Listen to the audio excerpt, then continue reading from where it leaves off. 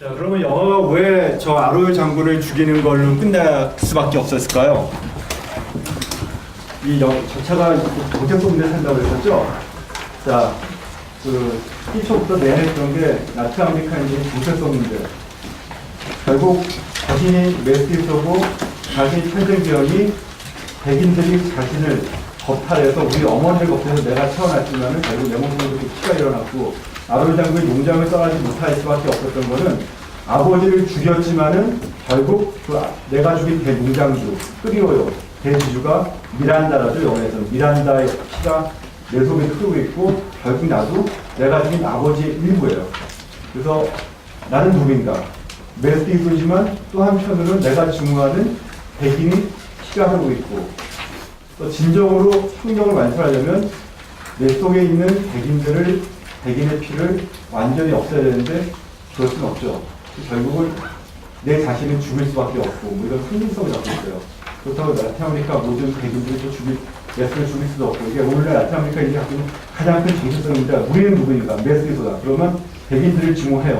콜럼버스 1492년 10월 달에 콜럼버스가 라틴 아메리카 달려는 라틴 아메리카 콜럼버스 데이고 미국에서는 국경이죠. 놀아요. 미국에서 콜럼버스 데이. 라틴 아메리카에서는 콜럼버스 데이로 안 불러요.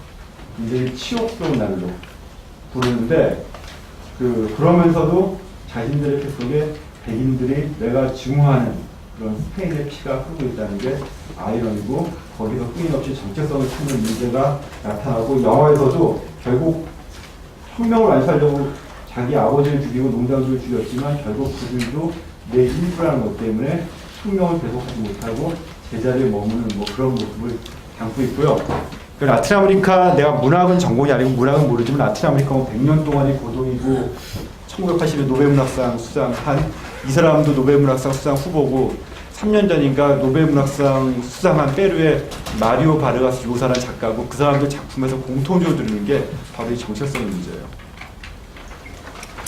자, 그래서 정체성의 문제가 얼마나 라틴 아메리카 심각한지 알겠죠? 독립 이후에 라틴 아메리카 이것들이 정체성을 필요하고 있는데 계속해서 실패하고 있죠. 우리는 누구인가? 자, 그래서 이거를 보면은 멕시코 혁명이 발발했다고 그랬죠?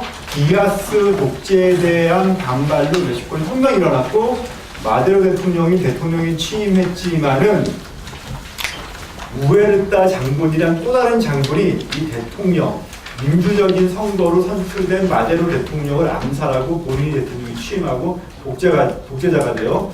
여기에 대한 반발로 혁명이 두 번째로 발생해요. 제2기. 혁명군과 연방 정부군이 대립하죠. 혁명군은 요 우에르타 장군을 대표로 되는 정부군, 나머지는 혁명군은 이 우에르타 장군이 이끄는 연방 정부군을 이쪽 이하 혁명군. 그래서 헌정 수호파, 북부군, 남부군 세 파로 나눠져서 싸운다고 했죠. 그리고 제2기 때 이 세 파가 합심해서 힘을 합쳐가지고 정부군에 대항해요. 그래서 영화에서 봤던 거는 요 북부군의 판초 비아 밑에 있는 아로요 장군, 가상인물인 아로요 장군을 다뤘던 건데, 자, 저번 시간에 얘기했죠. 헌정 수호파는 지방의 상류층을 대표한다. 이게 무슨 얘기냐? 라틴 아메리카에서는 독립 초기부터 항상 자유당과 보수당이 쌓였고, 자유당은 상인들 중심, 보수당은 중심의 대지주. 상인들은 뭘 위해요? 무역을 해야 되기 때문에 중앙 집권을 위했고, 대지주들은 느슨한 연방정부를 했고, 중앙정부가 지방에 간섭하는 걸 절대 원하지 않았어요. 자기 지역에서 자기가 가진 토지, 대영지에서는 자기가 모든 거를 좌지우지하고 싶었기 때문에 그런 라틴 아메리카에서 항상 독재 정권이 들어서면은 지주부 뭐부 다 억압해가지고 결국 일당 독재를 펼치고 자유당과 보수당 모든 걸 떠나서 결국 그러니까 독재 정권이라는 거는 철저하게 중앙 집권을 시켜서 독재자가 모든 것을 통치하려고 해요. 그래서 독재 정권에서는 항상 지방이 상대적으로 어때요? 소외될 수밖에 없죠. 지방의 대지주가 중앙 정부의 독재자에 의해서 강압적으로 눌리고 소외될 수밖에 없었고, 이거는 뭐 멕시코도 마찬가지고 아르헨티나도 마찬가지고 모든 라틴 아메리카 국가가 마찬가지고 독재 정부가 들어서면은 그래서 디아스 독재 정권 당시 소외됐던 지방의 이익 뒷등이 뭐예요? 지방의 대지주의 이익을 대변 이렇게 받는 거예요. 헌정 수호파.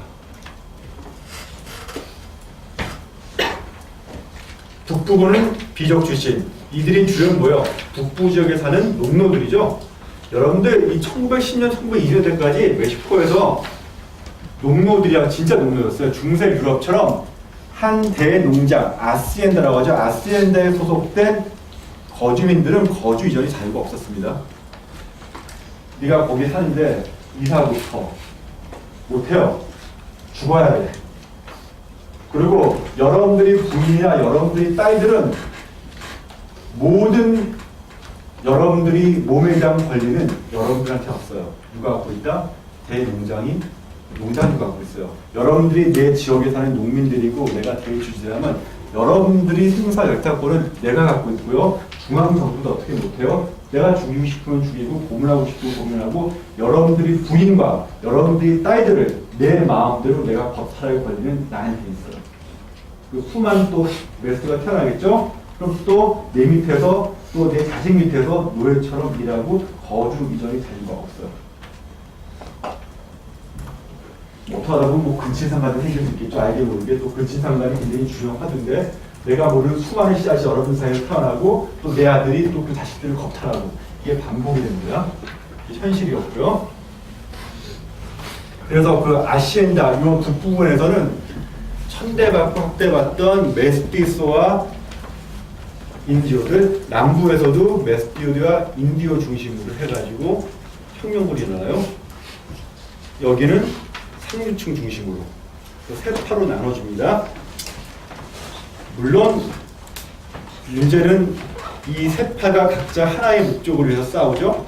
연방정부, 우에르타 독재정부를 무너뜨리려고 성공을 해요. 여기다 좀 미국까지 개입하네. 미국이 1차, 이때가 뭐냐면 1차 세계대전이 막 끝날 때였어요. 1917년인가 18년인가 19년 1차 세계대전이 끝나죠. 그러니까 1차 세계대전이 끝나니까 100만 명의 군인이 남아도네요. 무기도 남아돌아. 그걸 어딘가에 팽창해야 돼서 베라크루스 점령해서 판조 비아군을 공격하려고 해요. 얘네들을. 얘가 나중에 미국을 침공하죠. 그리고 미국 기업이 멕시코를 합병해서 멕시코를 미국의 식민지를 만들려고 했었는데 이거는 결국 실패로 끝나서 멕시코의 분단을 피해요. 그래서 그 실패로 끝나고 여기까지 뭐 자세히 알 필요는 없고 얘기가 길어지니까 어쨌거나 미국이 멕시코 혁명에 개입하려고 했었는데 실패를 했고요. 남부는 정글지대예요. 전통적으로 옥수수나 콩 이런 걸 많이 재배하고요. 이런 전통의 농민. 북부는 아시엔다, 대농장은 농장인데 사막이나 좀 황폐한 지역이죠. 서부영화에 보이는 쪽 있죠. 서부영화 보면은 뭐 리오그란데 나오고 선자 보이고 이게 전부 멕시코 북부 지역이에요. 그 치와와주, 강아지 치와와 알죠? 치와와 강아지가 멕시코에 있는 치와와 주에서 인디오들이 원래 기르는 강아지고 그래서 이름도 치와와. 북부의 치와와주, 그대로 강아지 치와 이름이 치와와주, 뭐 누에보 레온주 이런 데는 황무지 같은 데인데 지하자원이 많이 매장돼 있고 보통 대농장들, 텍사스 생각하면 돼요. 소 기르고 말 기르고 대농장도 그러고 이쪽이고 남쪽은 옥수수, 콩 같은 거 재배하는. 그래서 숙청을 해서 정말 많은 사람들 죽였어요. 죽였는데 이 사람이 판초비야. 싹봤다. 북쪽에서 남쪽을 진군하고 남쪽에서 북쪽을 진군해요. 멕시코시티에 동시에 입장을 해요. 그리고 아까 거울 보였죠? 거울 속에서 비춰진 모습인데 이 사진이 전 세계에 타전이 돼요. 역사적인 사진. 근데 이 사진 한 장이 왜 중요했냐? 사실은 지금 멕시코에는 백인이 안 산다는 건 누구나 다 알고 있지만 독립 이후에 멕시코 혁명이 있을 때까지 라틴 아메리카의 존재가 세계에 알려진 적이 거의 없었고 라틴 아메리카의 메스티소가 인구의 대다수를 차지하는 것도 세상 사람들이 전혀 모르고 있었어요. 비로소 멕시코 혁명을 통해서 이들이 알려지기 시작했고 멕시코 혁명의 주인공이 대다수가 메스티소다라는 게 알려졌고 세상 사람들은 메스티소가 누구냐에 대해서 처음으로 주목하기 시작했어요. 그리고 수많은 사람들, 너무너무나 많은 사람을 죽였기 때문에 세상 사람들이 멕시코 혁명군, 메스티소가 어떤 괴물 같은 이런 사람들을 상상하고 있었는데 이 사진이 멕시코를 탈환해서 이 혁명군이 했을 때 이 사진을 보고 사람들은 굉장히 세계인들의 반응이 놀랐다고 해요. 첫 번째, 피부가 까무잡잡하네. 인디언도 아니고 백인도 아니네. 근데 사람들 표정이 너무너무 천진난만했어요. 그렇게 잔인한 혁명군이었지만 이 혁명군의 얼굴이 어때요? 아이까지 있죠? 아이까지 있어요. 웃고 있죠? 웃고 있지만 얘네들도 전부 학살에 가담했던 애들이에요.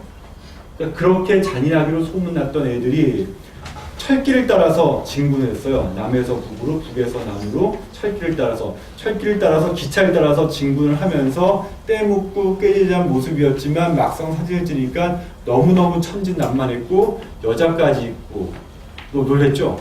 그렇게 잔인했던 사람들이 어떻게 이렇게 천진난만한지 그래서 의아심을 갖고 이들에 대해서 집중적으로 이제 보도하기 시작했어요. 그래서 이제 멕시코 혁명의 결과 중에 하나가 메스티소의 존재를 처음으로 역사상 처음으로 전 세계에 알리게 됐어요. 그리고 라틴 아메리카 국가 중에 처음으로 멕시코의 국가 정체성을 메스티소로 국가로서의 국가 정체를 처음으로 세계로 타진했어요. 다시 말해서 멕시코 혁명 이전에는 라틴 아메리카에 메스티소가 존재한다는 것도 세계인들이 몰랐고 그리고 어떠한 라틴 아메리카 국가도 자신들의 국가 정체성을 메스티소 국가라고 정체성을 시도한 적이 한 번도 없었어요.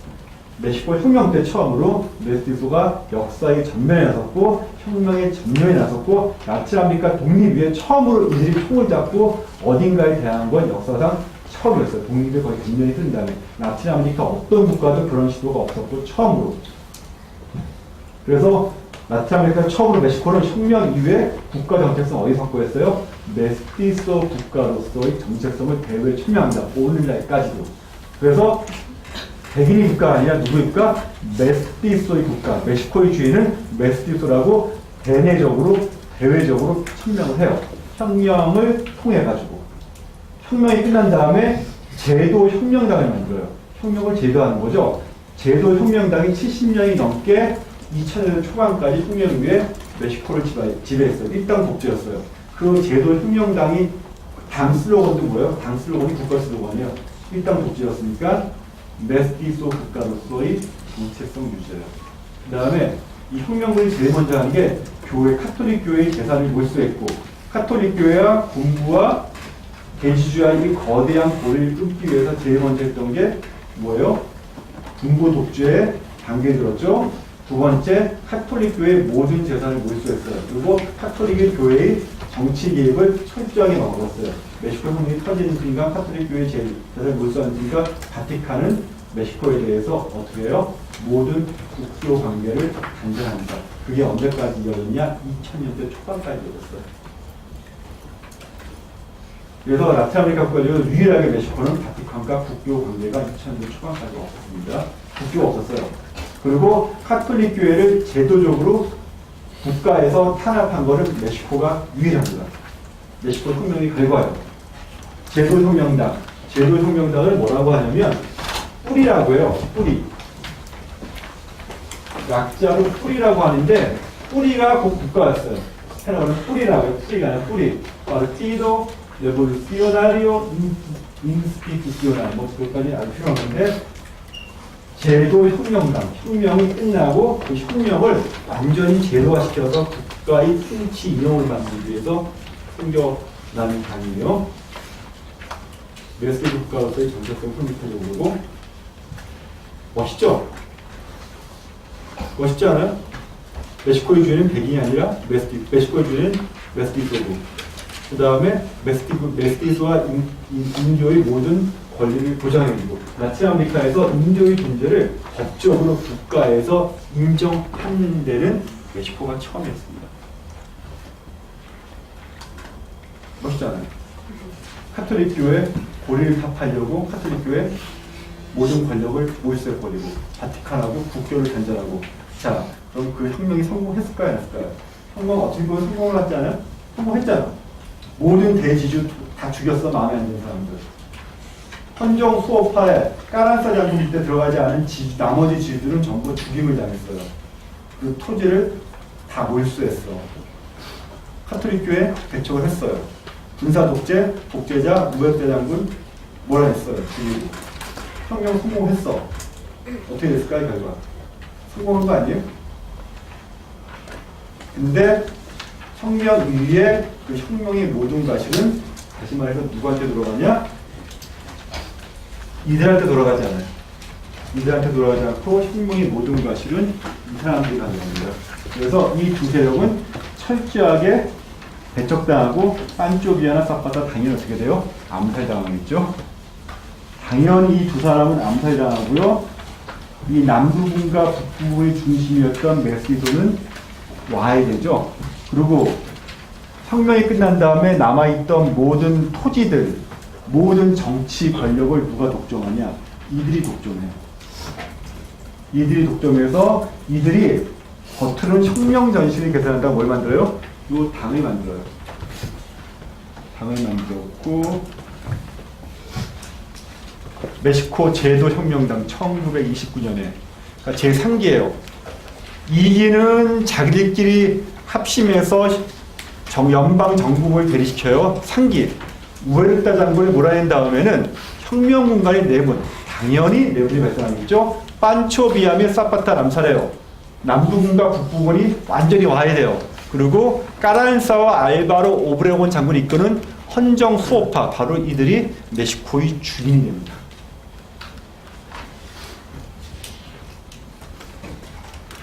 그래서 오늘날까지 이어져. 이들이 만든 게 바로 뭐예요? 멕시코 제도혁명당, Partido de la Revolución Institucional 창당이에요. 철저한 6년 단임제예요. 6년 단임제를 만든 이유는 이들끼리 서로 누가 먼저 대통령이 될지 싸우면 안 될 거 아니야. 사이좋게 대통령을 돌아가면서 하기 위해서 철저하게 6년 단임제 만들었고 현재까지 이거는 철저하게 지켜주고요. 1987년 그 전두환 대통령 때 요거를 연구했었습니다. 실제 사례 멕시코입니다. 요거 폭스 정권까지 다음에 하겠고요. 근데 그 멕시코 제도혁명당이 71년 동안 멕시코를 집권하고요. 이때까지는 2000년 12월까지는 멕시코는 곧 뿌리였어요. 뿌리가 멕시코였고 국가와 당이 동일시되는 체제를 갖고 있었습니다. 라틴아메리카 국가에서 유일하게 국가와 당이 동일시되는 국가가 두 개가 있었어요. 멕시코, 그 다음에 쿠바 혁명 이후에 쿠바는 공산당이 또 뭐예요? 국가죠. 여러분들 중국에서 당이 우선일까요? 국가가 우선일까요? 당이 우선이에요. 여러분들 중국을 상대할 때 사람들이 제일 착각하는 게 중국이란 국가가 우선 착각이에요. 중국은 공산주의 국가에서는 국가가 우선이 아닙니다. 당이 국가보다 우선해요. 그걸 이해해야지 여러분들 중국 가서 뭘 이해가 가요. 북한도 마찬가지야. 북한보다 당이 우선이에요. 멕시코도 국가보다는 당이 우선시 됐었고 쿠바는 국가보다는 당이 우선시 됩니다. 이게 깨진 게 언제? 71년 만에 정권 교체. 정권 교체가 왜 왔을까요? 라틴아메리카에서 1990년 말과 2000년 초반에 대부분의 라틴아메리카가 정권이 교체돼요. 또 상당수 멕시코와 콜롬비아는 단 한 번도 좌파 정권이 들어오는 적이 없습니다. 항상 우파 정권이에요. 멕시코와 콜롬비아를 제외한 칠레, 아르헨티나, 우루과이, 파라과이 이런 나라에서 전부 베네수엘라 포함해서 좌파 정권이 들어서게 돼요. 그리고 우파 정권이 집권한 지역도 장기 독재라던 당이 무너지고 새로운 당이 야당이 역사상 처음으로 집권해요. 그 이유는 뭐였을까요? 어떤 이유가 있었을까? 라틴아메리카에서 전면적인 권력 교체가 일어났을까? 출석 없어?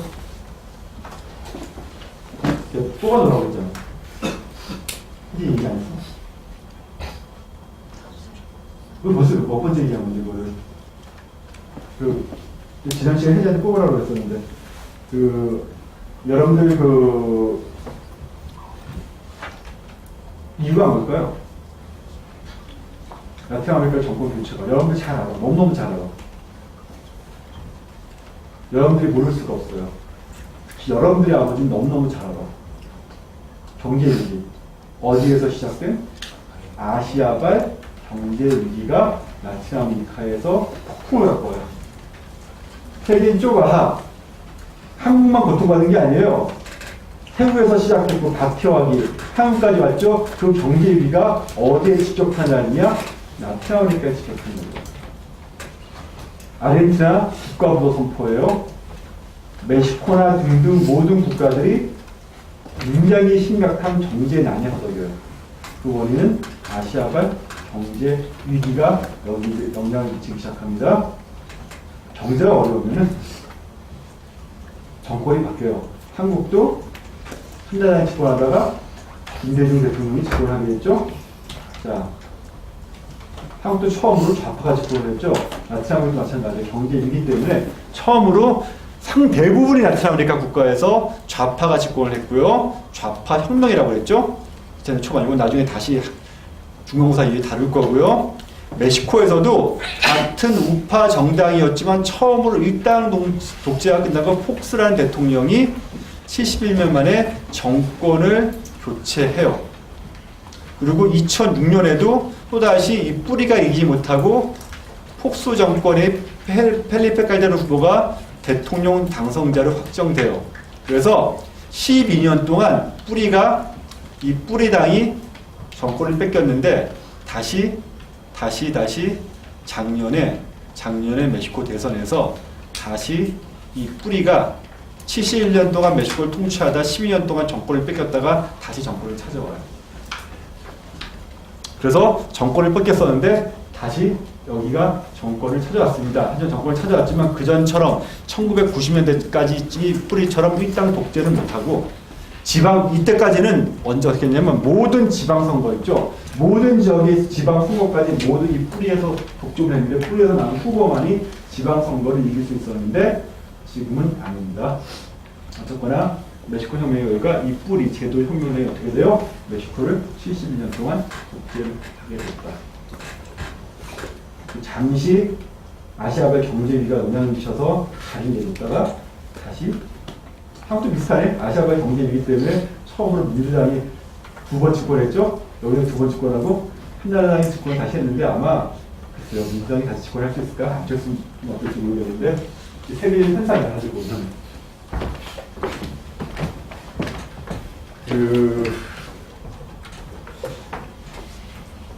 요거는 중간고사 이후에 다룰 거예요. 멕시코의 현대는 자 멕시코 혁명의 결과 혁명 정부가 어떻냐?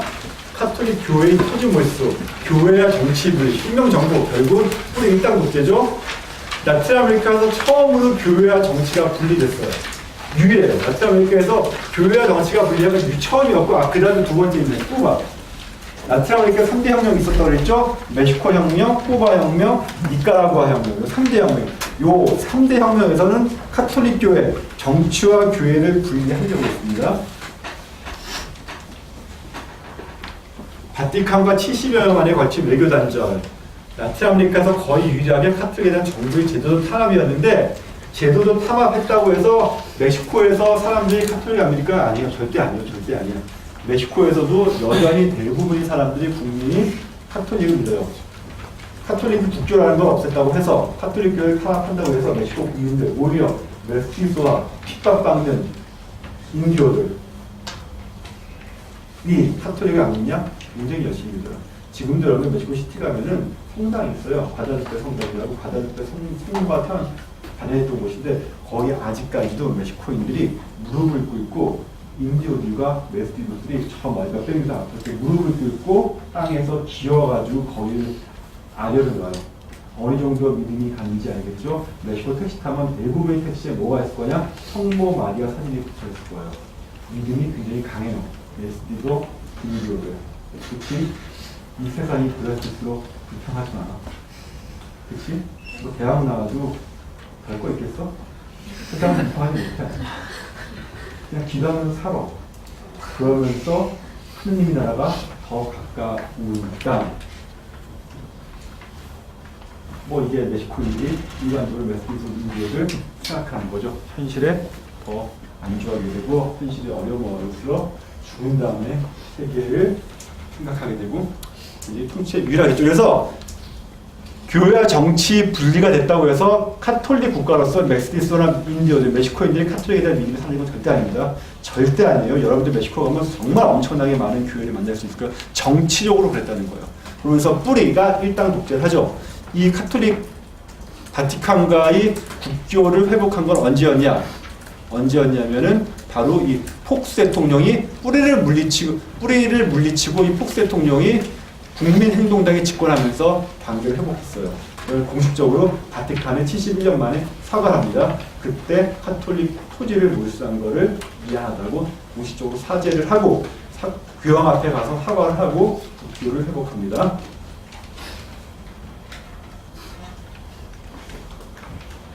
라틴 아메리카에서 유일하게 인도의 존재를 제도적으로 인정해요. 라틴 아메리카 다른 나라, 콜롬비아나 이런 나라 있죠. 인도의 존재를 제도적으로 인정하지 않습니다. 백인의 국가가 아닌 메스티소 국가로 정체성 확립하려고 해요. 근데 실제로는 어떻게 돼요? 실패했어요. 실패해요. 일단 메스티소 국가로서 정체성을 공표한데 실제로 그런데 한데 여러 군데 다 메스티소인데 정체성의 문제가 없어질까 안 없어질까? 우리 아버지는 우리 어머니를 가난한 백인이라는 거. 나는 아버지를 증오하는데 나는 메스티소야.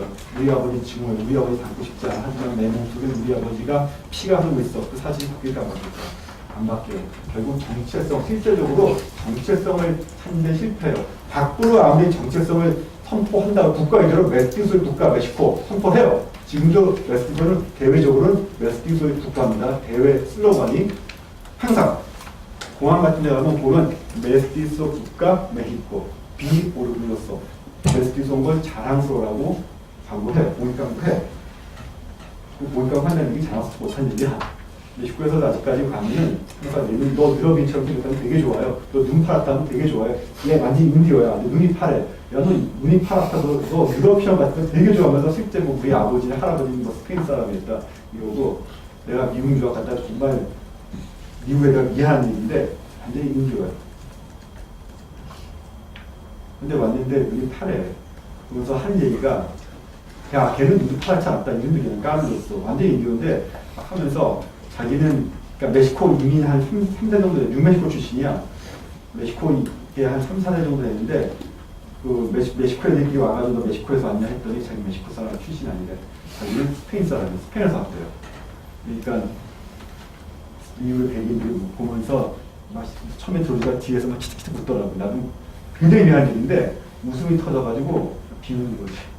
안 울 수가 없어요. 본인이 심각해. 자기는 멕시코 사람 아니라 자기는 스페인 사람이야. 우리 선생님 스페인에서 왔대요. 틀린 말이 아니야. 다 500년 전에 다 스페인으로 왔어. 그치? 자, 실제로 정체성 확보하는 데 실패했습니다. 그리고 메스티소들한테 토지가 돌아갔냐? 토지 돌아가지 못했습니다. 토지 자주 돌아가지 못했고요.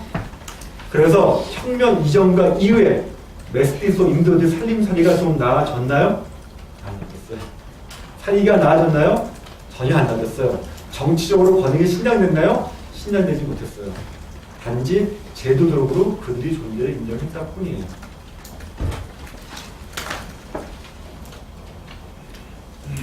자, 그리고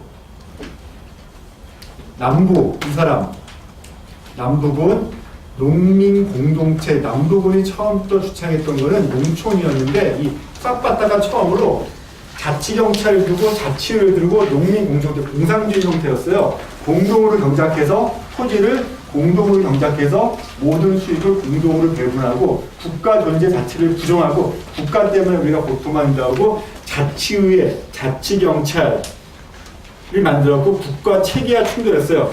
이 세 개였지만 유일하게 여기는 멕시코 혁명을 이룬 다음에도 국가가 아니라 아나키즘 있죠? 무정부주의를 표방했습니다.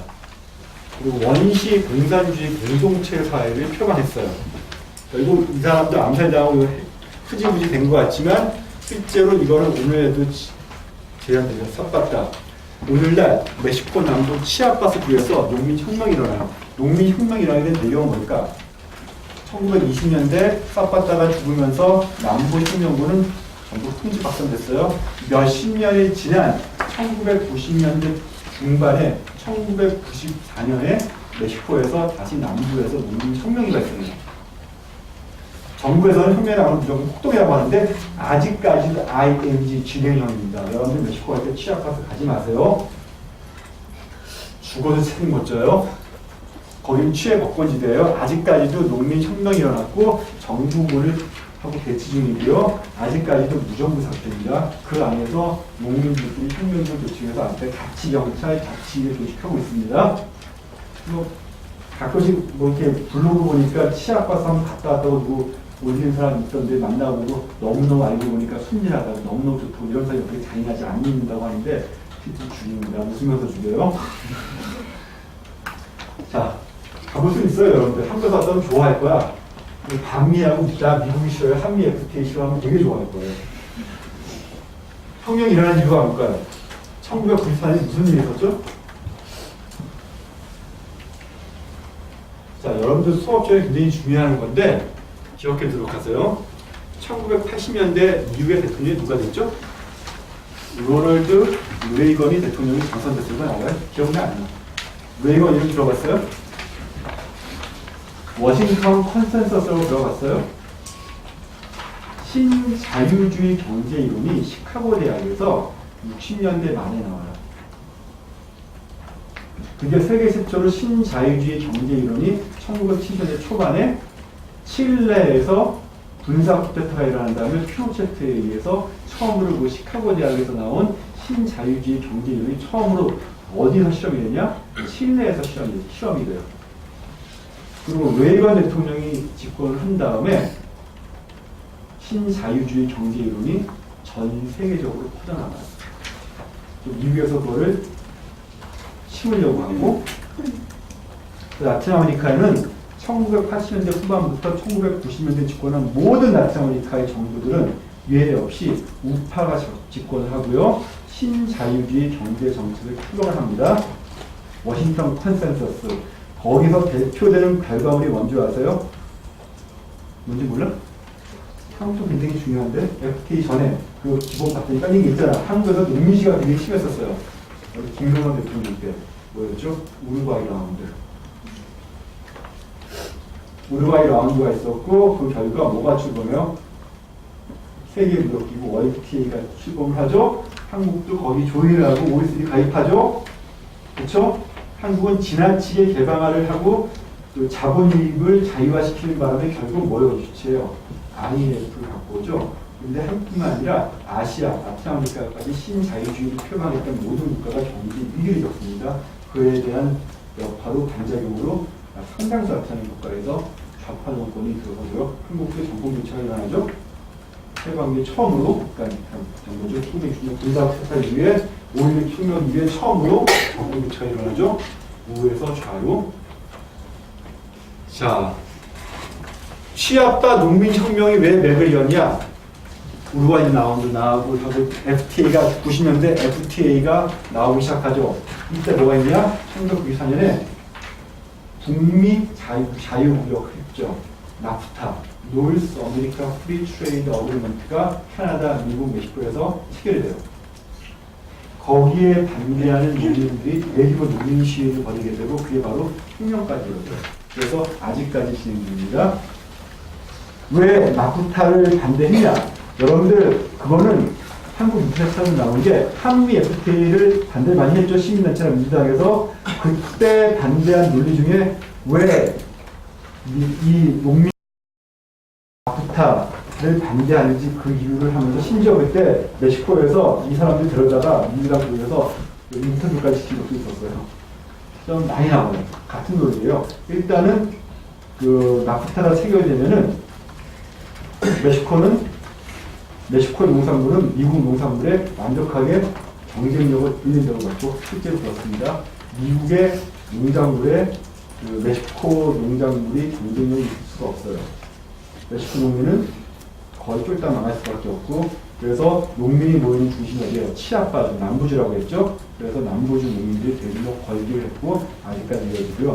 또 한 가지 반대했던 게 미국하고 FTA가 맺어지면은 멕시코는 미국 대기업들이 값싼 노동력을 제공해주는 부품 조립 공장으로밖에 전락한다고 그래가지고 얘기를 했고요. 뭐 그런 것 때문에 혁명이 일어났고 아직까지 진행 중이고요.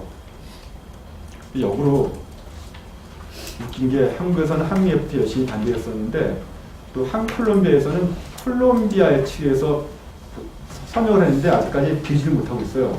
콜롬비아 농민들이 엄청나게 콜롬비아 FTA를 반대해가지고 아직까지 비지를 못하고 언제 비질지 몰라. 콜롬비아 논리는 똑같아. 우리가 한미 FTA 반대했듯이 한국하고 콜롬비아가 FTA를 맺게 되면은 콜롬비아 산업계가 치명타를 입을 거를 보고 그 콜롬비아에 그나마 있는 자동차 부품업체나 섬유업체 이런 게 한국의 현대 같은 또 섬유산업 이런 데 전부 넘어갈 거로 보고요. 또 웃기는 게 또 농민 파업이 있었어요. 9월달에. 그래서 전국 도로가 마비됐었는데 또 얘네들 콜롬비아 애들이 농민 파업을 총을 쏴서 몇십 명이 또 죽었어. 우리는 뭐 철탑 부대에 총을 쏴서 죽여서. 내가 9월달에 갔다 왔을 때 그것 때문에 난리가 났었는데 내가 간 것도 그 국회의원들 설득해달라고 해가지고 상무부 장관이 고대도 보냈어서 국회의원들 보내가지고 좀 설득 좀 해달라고 설득한 이유는 제가 한국하고 FTA를 체결하게 반대를 하다 이런 설득해야 되겠지. 니네들 산업이 피해가 없다고. FTA는 반드시 한쪽은 포기해야 돼요. 법을 해줄 수 없어. 자기 자국 내 경쟁력이 있는 산업 부분은 FTA를 통해서 커져요. 경쟁력이 없는 거는 도태시키고 그 대신 그거는 관세 없이 수입을 하면 돼요. 여러분들 소비자는 이익입니다. 경제는 반드시 발전해요.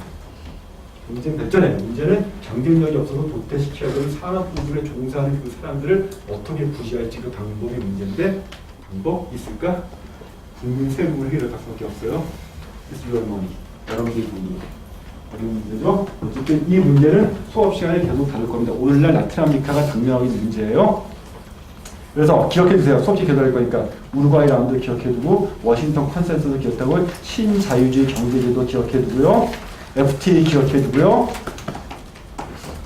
유로 인한 경제 위기 모든 게 톱니가 발전처럼 맞물리기 시작하고요. 요거는 나중에 중간고사 이후에 라틴 아메리카, 아르헨티나, 칠레 하면서 본격적으로 이제 분석이 들어갈 겁니다. 여기까지 질문 있어요? 질문 없으면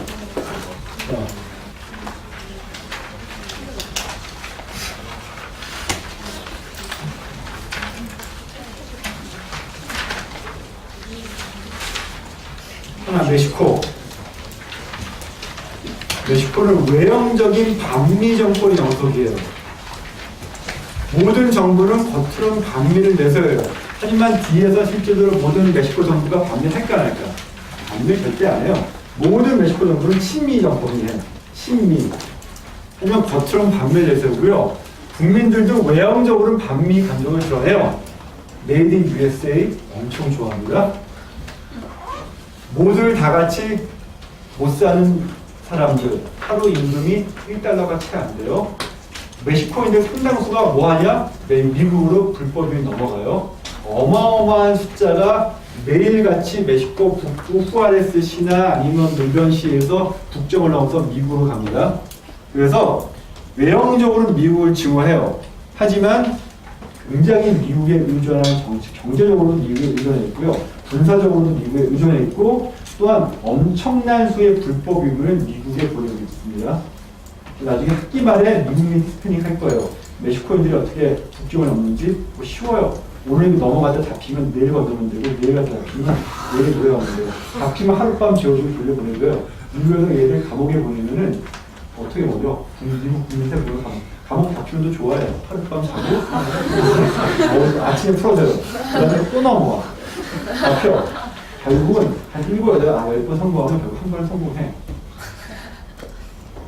내가 뉴메xi코주에 살았었는데 뉴욕에 강이 있어요. 근데 강이 무릎 폭이 넓지 얇아. 진짜 봄 되면 1년 내내지 참 날씨 타니까 그 타이어 있죠. 폐타이어에 넓혀지고 가지고 걸고 애들 있죠. 애들 태우고 그냥 끌고 넘어와요.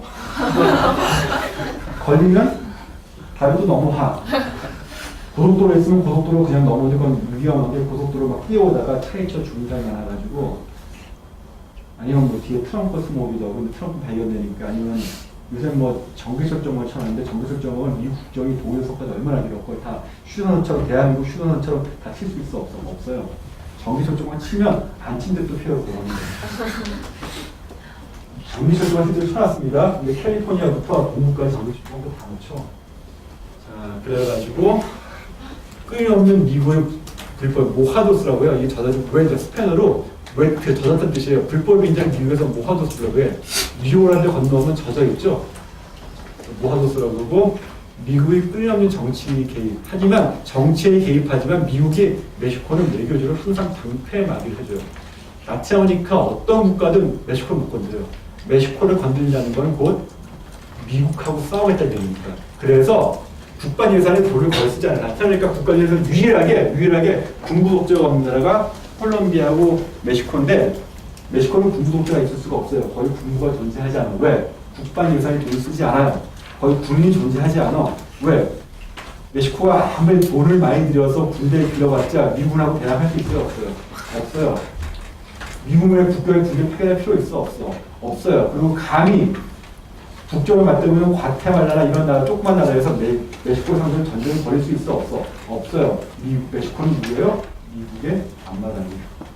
그래서 국방 예산이 거의 돈을 써도 라틴아메리카에서 거의 유일하게 군의 영향력이 미미해요. 없다시피 해요. 아, 또 세계적으로 군사력이 가장 없는 나라가 또 어딘 줄 아세요? 캐나다죠. 캐나다도 거의 국방 예산이 없습니다. 하긴 캐나다도 뭐 미국하고 싸우려고? 전 세계적으로 국방 예산이 거의 없다시피 한 나라가 미국하고 국경을 갖고 두 나라예요. 캐나다, 멕시코. 그래서 군의 정치 개입이 다른 라틴아메리카 국가에 비해 상대적으로 매우 약하죠. 여기까지 하고요. 시험 범위는 여기까지. 그래서 거울 얘기했죠. 거울에 비친 남자와 여자의 모습이 가면을 벗고 새로운 정체성을 드러내고, 무서운 얼굴, 전쟁 중에 고향에서 머리 떨어진 태어난 아이의 얼굴, 인디오, 스페인, 메스티소, 카톨릭과 자유주의, 전통과 새로움, 안내와 반항을 조화로 새로움을 창조하고 완전한 시민의 모습 투영했다고 하는데, 이거는 그 당시에 신문 기사 그대로 송고했던 거예요. 전 세계에 이 사진을 보여주면서 메스티소는 누구인가, 백인도 아니고 인디오도 아니고, 이 모습을 보면서 멕시코, 라틴 아메리카에 도래할 새로운 시민사회의 모습을 처음으로 예고했어요. 신문기사에 타전했어요. 그래서 뭐 어려운 말인데 쉬운 거예요. 뭐 백인이 아니면 새로운 모습으로 이런 사람들. 실제로 메스티소의 국가 정체성 상도 실제로는 실패했죠. 겉을 추가했지만, 자, 시험법인 여기까지예요. 나머지 안 다룬 1990년대 이후의 멕시코 모습은 중간고사 2회 할 거고요. 시험 문제는 서너 문제 나갈 거예요. 큰 문제 나갑니다. 큰 문제. 뭐 시험 문제는 뭐 어렵지 않겠지. 멕시코 성명에 대해서 뭐나. 아니면 아예 조그맣게 달게 해줄까요? 그럼 여러분들 더 붙여줄 텐데, 그쵸? 아이들 파일 문제는 좀 비야가 누구인지 써라. 있을까요? 십자가 문제. 그쵸? 남부군이 대표가 누구인지 써라. 왜 문제 될까요? 여러분들 뭐 역사가 뭐 악력 테스트 할 필요 없잖아. 전체적인 맥락을 준비해서 기술을 없어졌대요. 모든 게 톱니바퀴처럼 물려있다고 그랬죠. 여기가 시험범위고, 다음 주 월요일날은 콜롬비아 대사 있죠? 대사 와서 발표를 할 겁니다.